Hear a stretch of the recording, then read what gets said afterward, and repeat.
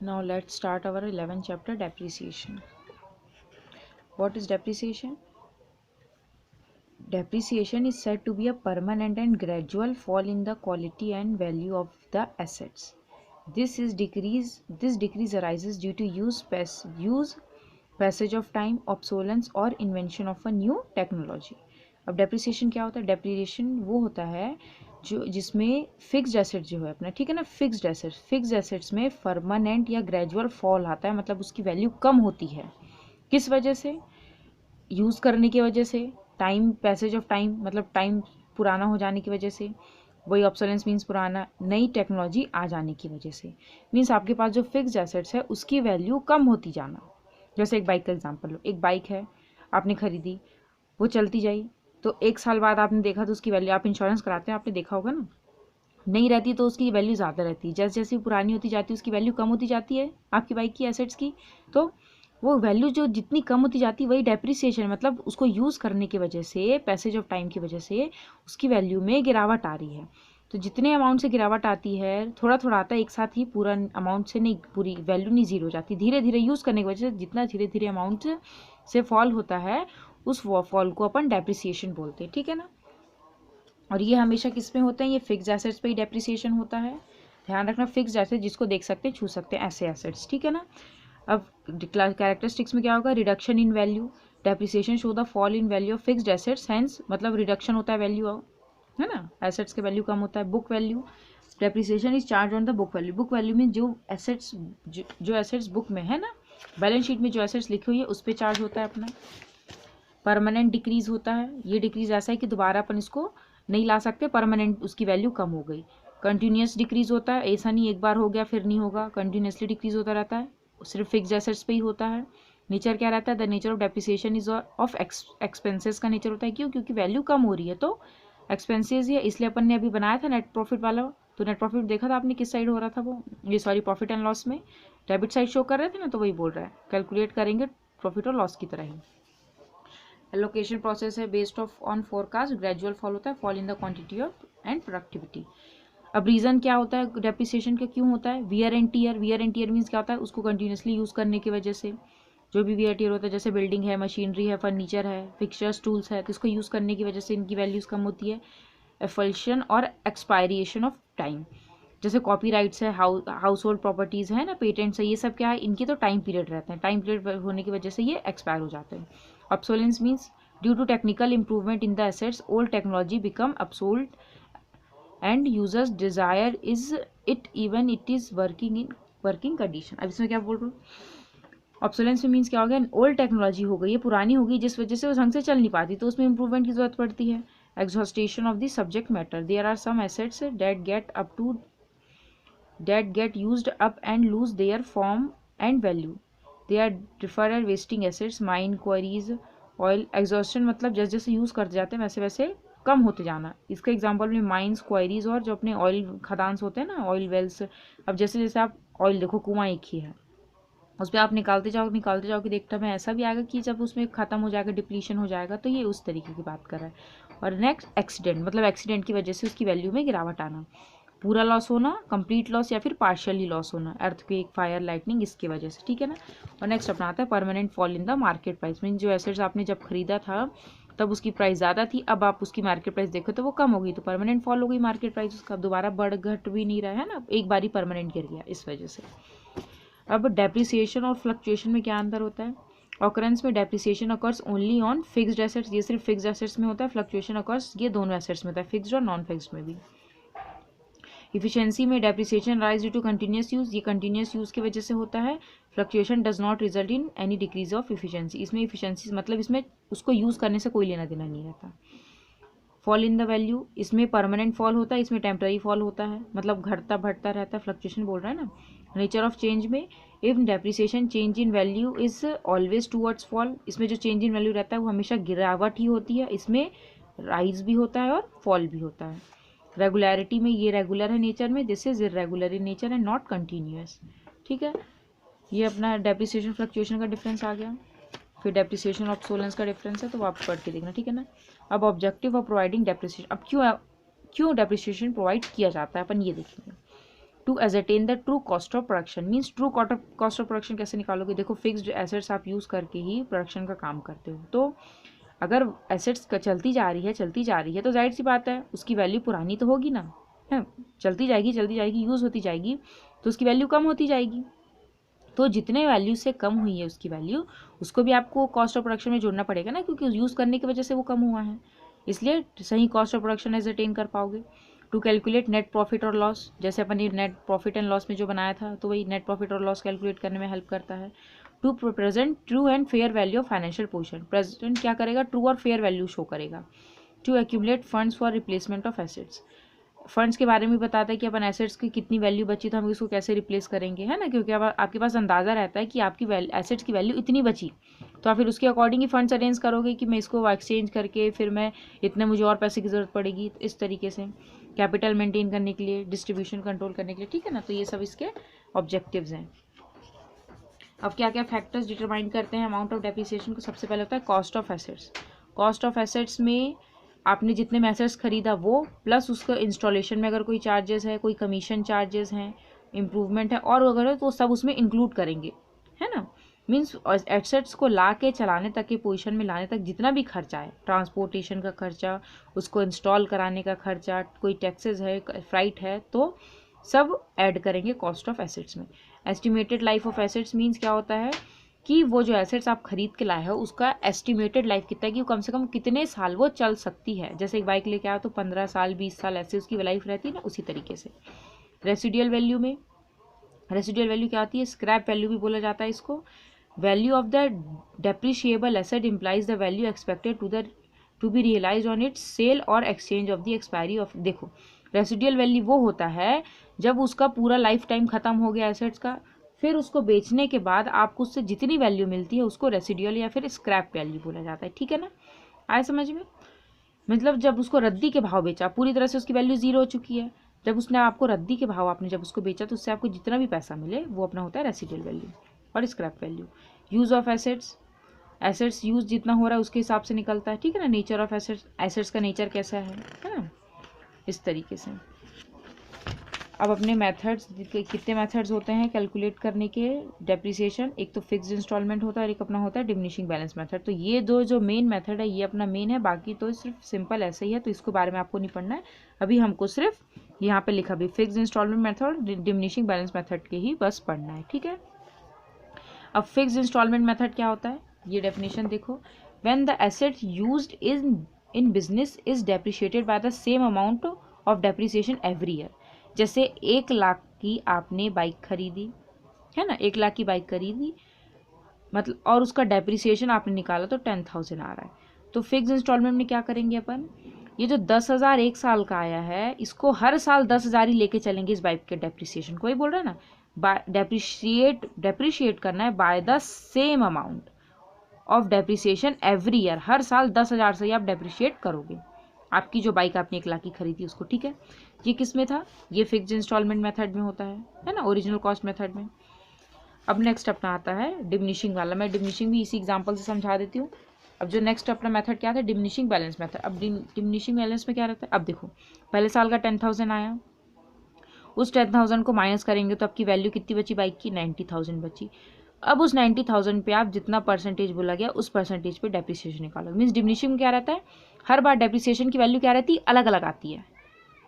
इसमें क्या रहेगा, एक बार डेप्रिसिएशन निकाल दिया वही हर साल लगा देना है, और डिमिनिशिंग में हर बार अलग अलग वैल्यू निकालनी पड़ती है आपको, ठीक है। तो ये रिड्यूसिंग बैलेंस मेथड होता है। तो सबसे पहले अपन फिक्स्ड इंस्टॉलमेंट मेथड पढ़ेंगे, फर्स्ट वाला, जिसके ये देखो 5 नाम होते हैं, वही है पर उसके नाम अलग अलग है। फिक्स्ड है, ओरिजिनल है, स्ट्रेट लाइन है, इक्वल इंस्टॉलमेंट है, सिंपल मेथड है। तो आप ये नाम समझ लेना, कोई भी नाम से आ सकता है, तो आप कंफ्यूज नहीं होना है, ठीक है ना। अब इनने एक फार्मूला दिया एनुअल डेप्रिसिएशन निकालने का, टोटल कॉस्ट प्राइस मतलब टोटल जितनी कॉस्ट है ना एसेट्स की, माइनस करेंगे scrap value divided by estimated life of the assets. अब देखो टोटल कॉस्ट में क्या क्या अपन जोड़ सकते हैं, परचेज प्राइस जितने में खरीद के लाए वो, कोई फ्राइट है, भाड़ा है तो, रिपेयर का कॉस्ट है अगर सेकंड हैंड मशीन है तो, इंस्टॉलेशन एक्सपेंसेस, तो सब ऐड करेंगे इसमें, ठीक है ना। ये क्वेश्चन दिया है। अब देखो यहाँ पे दिया है तो आप इससे देखना, एक मशीनरी आपने एक्वायर करी थी 20,000 की, इसकी एस्टिमेटेड लाइफ है 10,000। अब स्क्रैप वैल्यू के बारे में कुछ जानकारी नहीं दी है तो अपन जीरो लेके चलेंगे। तो फॉर्मूले में पुट किया cost of assets minus scrap value divided by estimated life, तो 2000 आई आपकी एनुअल डेप्रिसिएशन। अब उसी तरह एक क्वेश्चन ये वाला देखो, एक मशीन की एस्टिमेटेड लाइफ है 16 ईयर्स, परचेज किया 18,000 में, उसमें कॉस्ट ऑफ इंस्टॉलेशन लगा है 2,000 का और उसकी स्क्रैप वैल्यू है 4,000। अब देखो टोटल कॉस्ट ऑफ एसेट्स निकालने के लिए 18,000 plus installation minus scrap value divided by 16, इस तरीके से करना है, ठीक है ना। आया समझ में?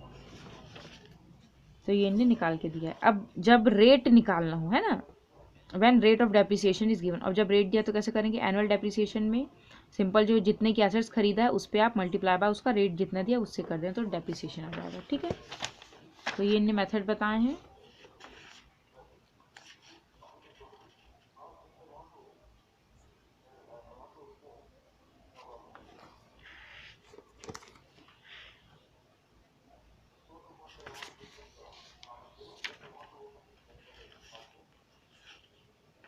अब यहाँ पे मेरिट्स देखो, अब मेरिट्स क्या होते हैं फिक्स इंस्टॉलमेंट मेथड के, सिंप्लिसिटी होती है, सिंप्लिसिटी मीन्स इजी होता है, हर बार आपको डेप्रिसिएशन का अमाउंट कैलकुलेट नहीं करना पड़ता, एक बार ही अमाउंट निकाल के आप उसको बार बार लिख सकते हैं, है ना, कैलकुलेट ये 1 लिखा है और हर साल उसको यूज़ कर सकते हैं, सिंप्लिसिटी है।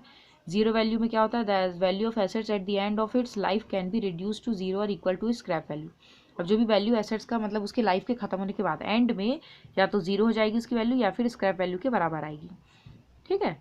नेक्स्ट क्या है, इक्वल एलोकेशन में according to this method the cost of the asset is allocated equally throughout the life of the assets, मतलब जो भी कॉस्ट है एसेट्स का आप उसको एलोकेट कर सकते हो उसके जो भी लाइफ है उससे, एसेट्स की जितनी लाइफ है, ठीक है। यूटिलिटी में this method is used for those assets which are of low value and low repair cost, आप ये मेथड उन एसेट्स के लिए यूज़ करोगे जिनकी कम कीमत होती है या फिर कम रिपेयर कॉस्ट उसमें लगता है, ठीक है। नेक्स्ट है इक्वल इंस्टॉलमेंट में the amount of depreciation remain same, means वही जो अमाउंट ऑफ डेप्रिसिएशन एक बार निकाल लोगे, जैसे 10,000 का एग्जांपल देते ना वही चलेगा आपका, ठीक है। अब इसके लिमिटेशन में क्या आएगा, लिमिटेड स्कोप होता है, लिमिटेड स्कोप कैसे है, this methods can be applied only on those assets which have the same depreciation amount every year, means उन्हीं एसेट्स पे एप्लीकेबल है जिनका अमाउंट डेप्रिसिएशन अमाउंट सेम आता है। अनइक्वल बर्डन है, as the assets become old the cost of repair and renovation increases। अब देखो burden कैसे आ गया, इसलिए यहाँ पे बोला है ये उन एसेट्स के लिए जिन पे कम ज़्यादा रिपेयर करना ना पड़े, पर जैसे जैसे एसेट्स पुराना होता जाएगा रिपेयर की, उसमें रिपेयर की ज़रूरत पड़ेगी, है ना, नए उसको ठीक कराने की ज़रूरत पड़ेगी, तो अब क्या होगा जब आप उसमें पैसे लगाओगे और डेप्रिसिएशन हर बार उतना ही उतना आएगा तो बर्डन पड़ेगा ना, सही चीज़ नहीं, एक्चुअल कीमत नहीं बता पाएगा फिर, ठीक है।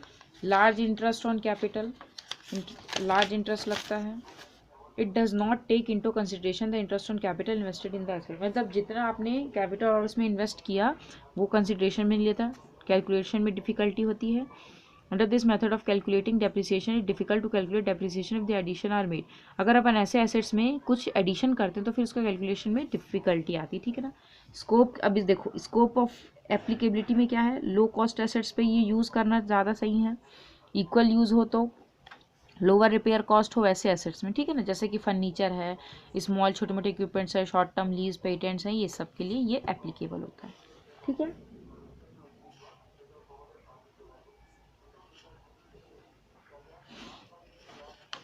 अब मैं इसका आपको एक क्वेश्चन करके बताती हूँ,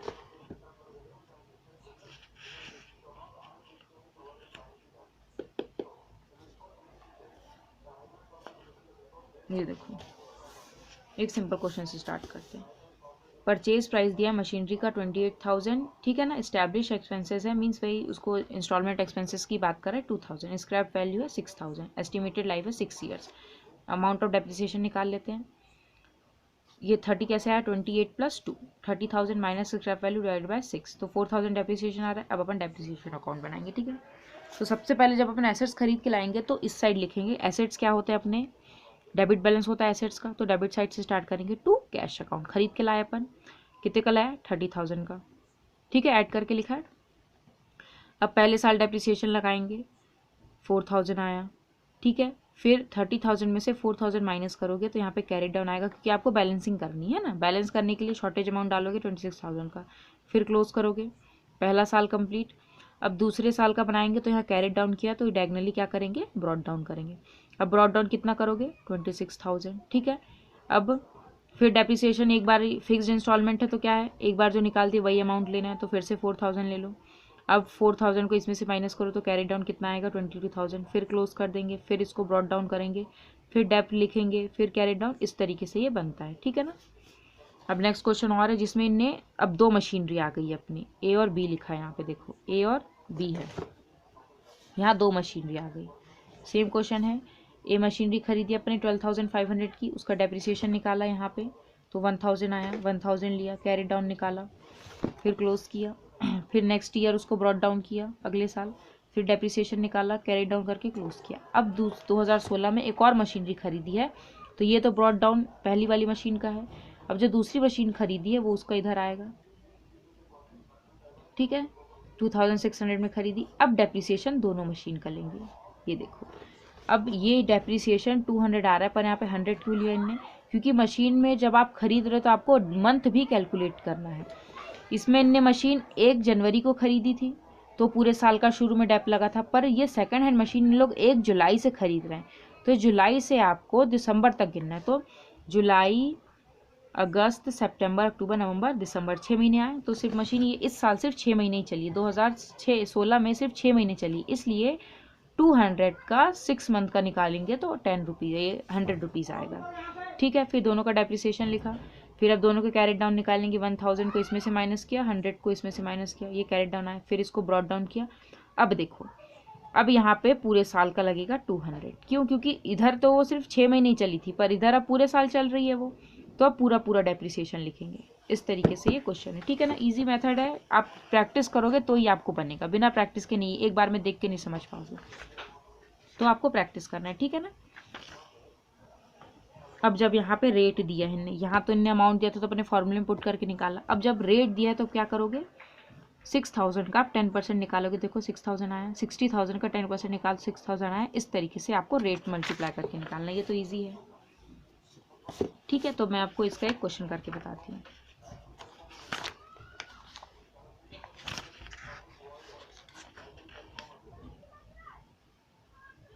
ये तो सिंपल अमाउंट करने निकालने वाला है ना, तो आप ये खुद बना के देखना, ये अमाउंट निकालने वाले हैं, फॉर्मूले में पुट करके निकालना है, ठीक है। ये जनरल एंट्रीज वाला है, तो ये यहाँ से अपना स्टार्ट है क्वेश्चन, तो सिंपल क्वेश्चन होगा, वो आप खुद बना के देखना। ये यहाँ से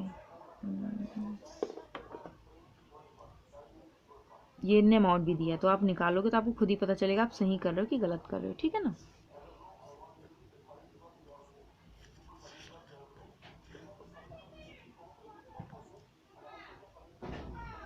ये एक ही मशीन वाले हैं,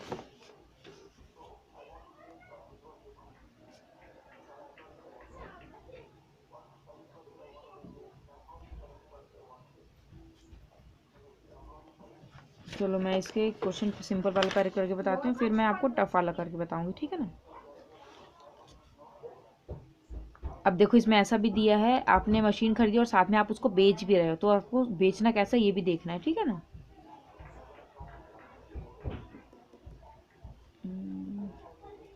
चलो मैं 12 वाला करके बताती हूँ आपको, ठीक है ना।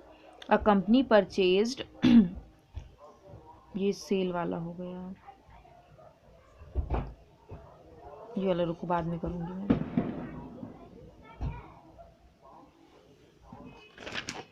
चलो ये 8 वाले करते हैं, चलो। Ashish and company purchase a machine on 1 July 2016 for 32,000। 1 जुलाई को मशीन खरीदी है 32,000 का, इंक्योर्ड 3,000 इसमें इंस्टॉलेशन एस्टैब्लिशमेंट एक्सपेंसेस आए। The estimated life of machine is 6 year, जो एस्टिमेटेड लाइफ है कितनी है, 6 ईयर की, रेसिडुअल वैल्यू है 5,000। अब डेप्रिसिएशन अकाउंट बनाना है, अमाउंट ऑफ डेप्रिसिएशन निकालना, और मशीनरी अकाउंट बनाना है आपको 16, 17, 18 का, 3 साल का बनाना है, ठीक है। आपकी बुक्स क्लोज हो रही 31 दिसंबर को, ठीक है। देखो ये अपने फॉर्मेट है, डेट का भी कॉलम आएगा, date particular amount, date particular amount, debit side, credit side, ठीक है। अब देखो अपन सबसे पहले यहाँ पे डेप्रिसिएशन निकाल लेते हैं, शॉर्ट 3 साल का बनाना है ना, आ जाना चाहिए, एनुअल डेप्रिसिएशन निकालेंगे, फॉर्मूला क्या था, cost of machine minus scrap value divided by estimated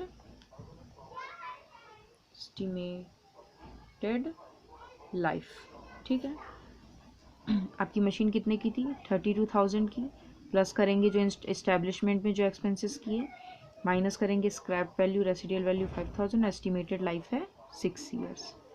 तो कितना आ जाएगा, ये आपका आ जाएगा 35,000 माइनस 5,000 6, तो ये अपना आएगा 30,000 डिवाइडेड बाय 6, तो 6 1 6 5, तो आपका डेप्रिसिएशन अमाउंट आया 5,000।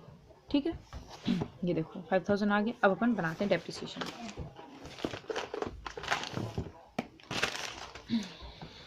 तो सबसे पहले तो अपन एसेट्स खरीद कब ला रहे हैं, 1 जुलाई 2016।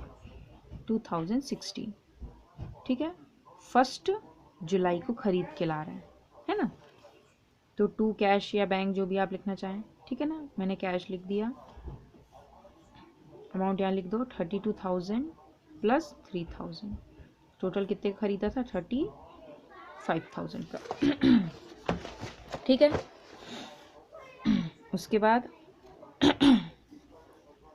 अब यहाँ पे अपन डेप लगाएंगे लास्ट में, तो 31 दिसंबर को आएगा बाय डेप्रिसिएशन। ठीक है, कितना है, अब देखो 5,000 ये निकला था, ये क्या था, पूरे साल का था। और ये मशीन आप जुलाई में ख़रीद रहे हो, तो जुलाई से आपको दिसंबर तक का निकालना, तो 6 महीने का है, तो इसका आप 6 मंथ का निकालोगे, तो 6 मंथ 6 2 2 1 तो ये आएगा अपना 2,500 आएगा। ठीक है, तो पहले साल का अपन 2,500 लेंगे, क्यों, क्योंकि ये मशीन सिर्फ आधे साल चली है इसलिए। ठीक है, फिर बाय बैलेंस कैरी डाउन निकालेंगे, डेट सेम आएगी 31 दिसंबर। 35,000 से क्लोज कर देते हैं पहले, 35,000 में से माइनस करेंगे 2,500, तो कितना आ जाएगा 32,500। ये फर्स्ट ईयर का बन गया। अब इसको 2017 में 1 जनवरी को ब्रॉट डाउन करेंगे, टू बैलेंस ब्रॉट डाउन कितना था 32,500। ठीक है, अब फिर अपना कितना 2017 31 दिसंबर को डेप्रिसिएशन लगाएंगे, अब बाय डेप्रिसिएशन अकाउंट, अब पूरा 5,000 लगाएंगे। ठीक है, क्यों, क्योंकि इसमें तो पूरे साल चली ना, वो इधर आधे नहीं चली, पूरे साल चली, इसलिए फिर से निकालेंगे बाय बैलेंस कैरिड डाउन, तो 5,000 माइनस करेंगे इसमें से, कितना आ जाएगा 27,500, क्लोज कर देते हैं, तो 32,500। अब लास्ट ईयर का अपना बनेगा 2018। ठीक है, इसको हम ब्रॉट डाउन करते हैं, टू बैलेंस ब्रॉट डाउन कितना है 27,500। फिर 31 दिसंबर को, 1 जनवरी को ब्रॉट डाउन किया, 31 दिसंबर को डेप लगाएंगे bye depreciation account 5,000 by balance carried down,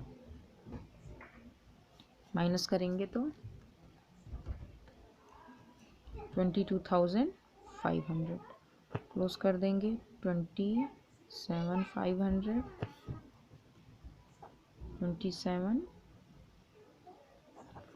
ये बस इतना ही करना है, कोई दिक्कत।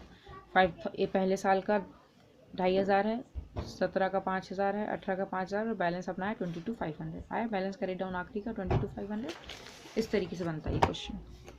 ठीक है, यहाँ पे थोड़ा चिपक गया है, एक लाइन यहाँ पे आप ज़रूर गैप देना, जैसे मैंने यहाँ पे एक लाइन का गैप दिया ना, इस तरीके से गैप देना। ठीक है, क्वेश्चन 8 हो गया अपना।